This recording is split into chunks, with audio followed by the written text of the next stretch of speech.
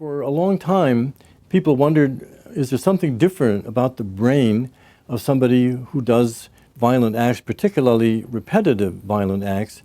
in comparison to an ordinary person's brain? But not very much was known about it until the last maybe 15, 20 years, particularly as we entered the era of the magnetic resonance imaging. And with MRI and functional magnetic resonance imaging, where you're actually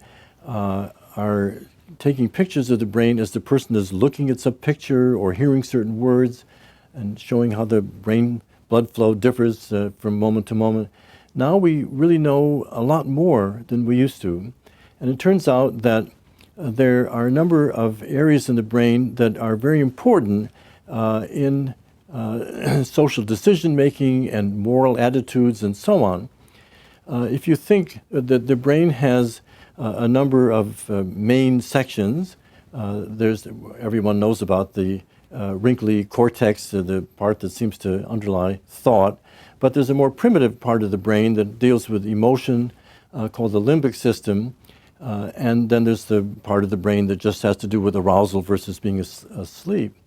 In the limbic system, there is a small organ called the amygdala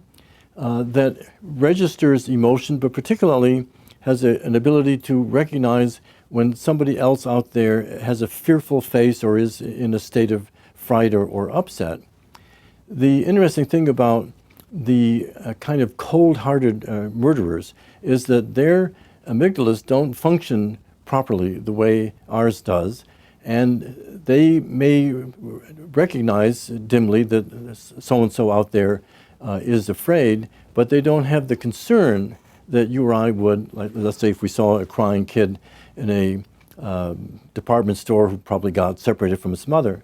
they would recognize it, but they would take advantage of the child, pretend to take it to the information booth, to get it reconnected with its mom, and then kidnap the kid or something like that. So their amygdala functions in a significantly different way, as has been shown by a number of neuroscientific researchers in the last 10, 15 years. Another important area is the front part of the brain, the lower front part of the brain, called the orbitofrontal cortex. That area is involved in moral decision making, in figuring out what's right versus what's wrong, that we learn as we grow up and are instructed by our parents and our teachers. So if that area of the brain is not operating at full tilt, it may be possible then to carry out an act which would be repugnant and very much against the law if it were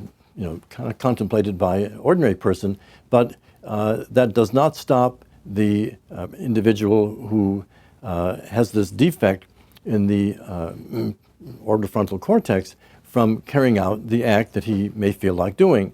So that think of the orbitofrontal cortex as a kind of braking system, which, if it's operating, will put the brakes on a thought or a desire that may have preceded it, that I like to kill that son of a bitch, or I want to take that kid and kidnap him, and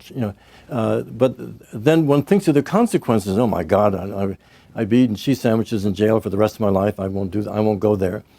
But if that cortex is not operating, the person may just go ahead and do it. So we know now that there's interconnection between the amygdala and the frontal cortex, actually, and if that connectivity is not operating properly, the person may go ahead and do the unspeakable crime, which otherwise he would have put the brakes on, or maybe even, not even contemplated doing in the first place. There are other areas of the brain, like the anterior cingulate, that acts as a kind of jury, so that when messages get sent up to that part of the brain, if you can imagine the anterior cingulate cortex having a mind of its own, so to speak, it might say, well, yeah, I hear you want to, kill your wife and get the insurance money, but I don't know, you could get into a lot of trouble for that. And so I'd vote against it. But if that message is weak and it gets transmitted to the frontal cortex, and the frontal cortex says, what the heck, I can get away with it and I'll be rich forever, the person goes ahead and does it. But if the person gets the message from the anterior cingulate that says, bad move, we vote against it. We don't have the power to stop it, but we vote against it. And the cortex would say, yeah, I agree with you guys, we're going to not let that happen. So there are these very important and interesting areas in the brain that have to do with whether we behave morally or whether we can break the law with impunity.